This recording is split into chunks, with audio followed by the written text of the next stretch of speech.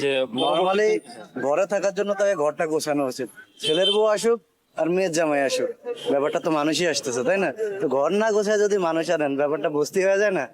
তাকে দেশ সুন্দর করেন, নিজেরা সুন্দর হন, নিজেদেরকে সভ্য জাতি থেকে রূপান্তর করেন। তার থেকেও মজার ব্যাপার হচ্ছে গণতন্ত্রের যেটা সংজ্ঞাটা, এটাকে বাস্তবায়িত করেন। এবার সে যেই আসুক, আমার বাবা আসুক, আপনার বাবা আসুক, আমার মায়ের স্বামী, আপনার মায়ের স্বামী, যেই আসুক, আগে যেটাতে থাকি আমরা সেটাকে সভ্য করে তুলতে হবে। অ্যাটলিস্ট ফোকাসেবল যে জিনিসটা, এটা সবার সামনে তুলে ধরতে হবে, যেখানে মানুষ বসবাসের যোগ্য, প্রাণী না।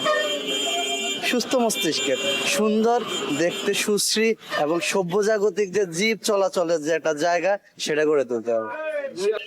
আসলে যে ব্যাপারটা ইন্ডিকেটলি অমুককে মানে চেঞ্জ হইতে হবে, তমুককে চেঞ্জ হইতে হবে, সবার আগে নিজেকে চেঞ্জ হইতে হবে। আমি থেকে বের হয়ে আমরাতে আসতে হবে। আমার চিন্তাটা আগে না করে অন্য সবাই কিভাবে ভালো থাকবে, অন্য সবার জন্য ভালোটা কিভাবে আনবো, সেটা চিন্তা করাটা আসলে গুরুত্বপূর্ণ।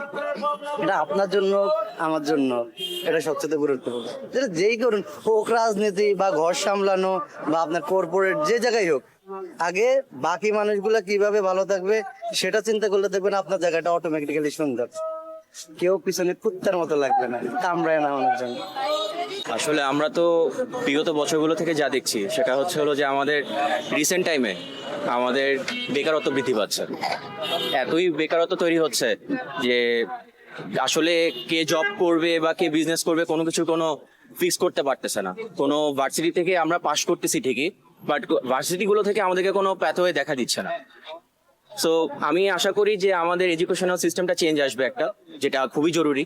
কারণ আমাদের মাঝে আইন মানার যে অভ্যাসটা, সেটা হচ্ছে না আমাদের এডুকেশন সিস্টেমের প্রবলেমের কারণে, বা আমাদের সবচেয়ে রুট লেভেলের প্রবলেমটাই হচ্ছে আমাদের এডুকেশনাল প্রবলেম যেটা।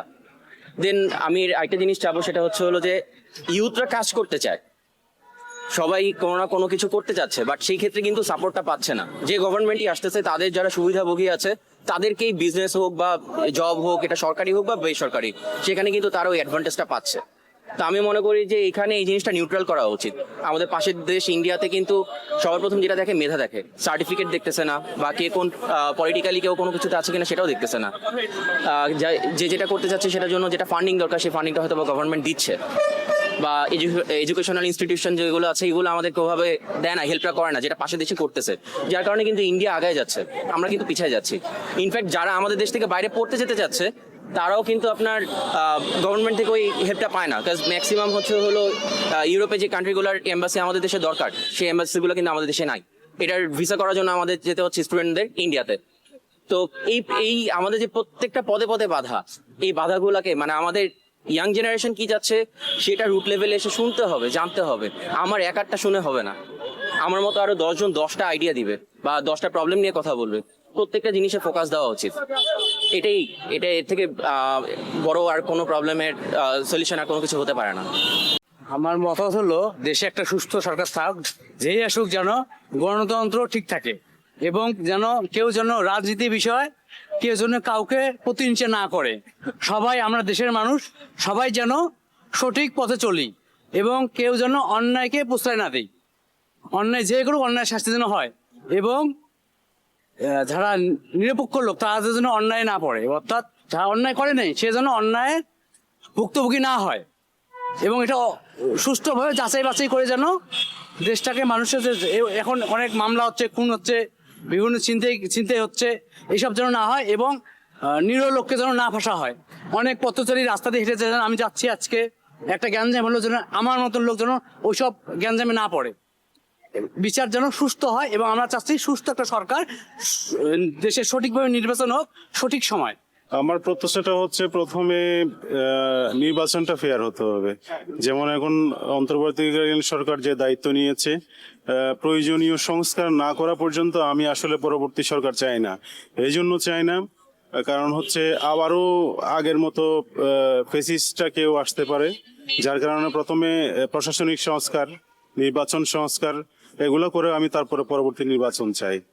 আর যারা নির্বাচনের জয়ের মাধ্যমে আসবে যে কোনো সরকার, তারা যেন অন্তর্বর্তীকালীন সরকার যে সংস্কারগুলো করে যাবে সেগুলো যেন ধারাবাহিকতা রক্ষা করতে পারে।